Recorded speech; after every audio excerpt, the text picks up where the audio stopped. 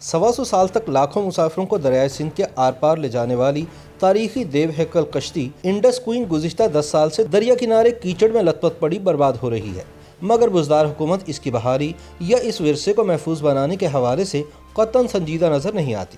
لگ بھگ 150 سال پہلے دریائے سندھ کے بڑے معاون دریا ستلج میں بحری جہاز نما ایک بڑی کشتی دریا پر راج کرتی تھی۔ یہ کشتی ریاست بہاولپور کے نواب صادق پنجم کی ملکیت تھی اور اس کا نام ستلج کوئین رکھا گیا تھا۔ سن 1867 میں بننے والی یہ کشتی نواب بہاولپور کے ذاتی استعمال میں رہی اور اس وقت جب انگریز افسران اپنی بیگمات کے ساتھ اس علاقے میں آتے یا نواب آف بہاولپور کے دیگر مہمان یہاں آتے تو یہ انہیں دریا عبور کرنے میں مدد فراہم کرتی تھی۔ تاہم اب یہ دریا کنارے پڑی رزق آب بن رہی ہے اور کوئی اس کی دیکھ بھال کرنے والا نہیں ہے۔ جنوبی پنجاب کے پسماندہ ضلع راجن پور کے شہر کوٹ مٹھن سے اگر تحصیل خانپور کی طرف آئیں تو بے نظیر برج پر چڑھنے سے پہلے دائیں ہاتھ پر ایک کچا راستہ مڑتا ہے، جہاں دریا پار کرنے کے لیے ایک عارضی پل قائم تھا۔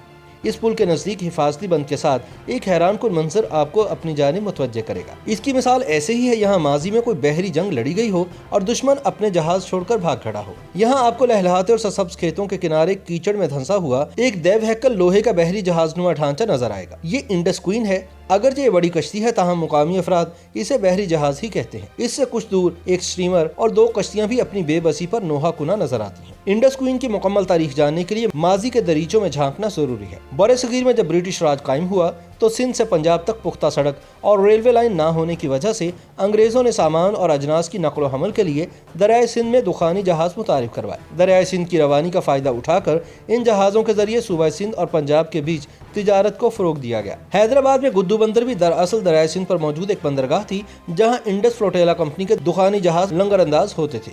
کراچی سے سامان حیدرآباد کے گڈو بندر بھجوایا جاتا، جہاں سے اس سامان کو دخانی جہازوں میں لاد کر پنجاب اور لاہور تک پہنچایا جاتا تھا۔ ریلوے لائن بچھانے کے بعد پہلا ریلوے انجن بھی کراچی سے حیدرآباد اور پھر وہاں سے انڈس فلوٹیلا شپ کے ذریعے لاہور پہنچایا گیا تھا۔ یہ دریائی سفر ایک سست رفتار اور لمبا سفر تھا۔ کراچی بندرگاہ سے یہ اسٹیم انجن پہلے دریائے سندھ کے مغرب میں واقع شہر کوٹری لے جایا گیا اور وہاں سے اسے انڈس فلوٹیلا کمپنی کی کشتی پر منتقل کر دیا گیا، جس نے اسے لاہور تک پہنچانا تھا۔ دریائے سندھ اور دریائے چناب سے ہوتے ہوئے یہ کشتی 34 روز میں ملتان پہنچی۔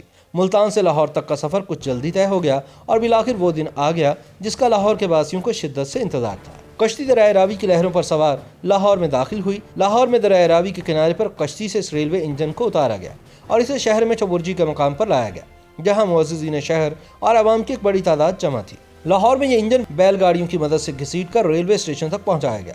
لگ بھگ اسی دور میں دریائے سندھ کے بڑے معاون دریا ستلج میں بھی ایک عظیم الجثہ بحری جہاز نما کشتی ستلج کوئین کا راج تھا۔ ستلج کوئین نواب آف بہاولپور نواب صادق خان عباسی پنجم کی ملکیت تھی، جسے لگ بھگ 1867 میں بنایا گیا۔ ایک اطلاع یہ بھی ہے کہ یہ کشتی نواب بہاولپور نے خواجہ غلام فرید کی درگاہ کو تحفے میں دی تھی، جہاں یہ چاچڑا اور کوٹ مٹھن کے درمیان دریائے سندھ میں چلتی تھی۔ یہاں زیادہ تر خواجہ غلام فرید رحمۃ اللہ علیہ کے عقیدت مند اور دیگر مسافر اس پر سفر کرتے رہے۔ خواجہ غلام فرید کے عرس کے موقع پر زائرین کی بڑی تعداد کوٹ مٹھن جانے کے لیے اسی پر سفر کیا کرتی تھی۔ قیام پاکستان کے بعد پاکستان اور بھارت کے درمیان سن 1960 میں سندھ طاس معاہدے پر دستخط کیے گئے، جس کے تحت 3 دریا ستلج، بیاس اور راوی بھارت کے حوالے کر دیا گئے، جس کے بعد ستلج کی گود سونی ہو گئی۔ ادھر ریاست بہاولپور کے پاکستان میں ضم ہونے کے بعد نواب صادق خان عباسی نے ستلج کوئین حکومت پاکستان کو دے دی۔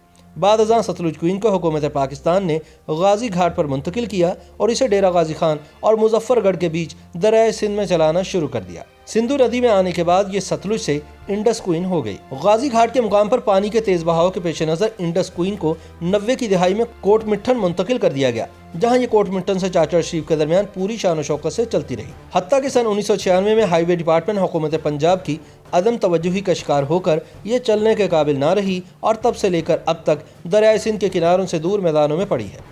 اس دیو ہیکل جہاز نما کشتی کے 3 حصے تھے۔ نچلے والے حصے میں انجن، جنریٹر اور اوپر ملازمین کے کمرے تھے۔ درمیانی حصہ مسافروں کے بیٹھنے کے لیے مختص تھا۔ ایک حصہ عورتوں اور ایک مردوں کے لیے مخصوص تھا۔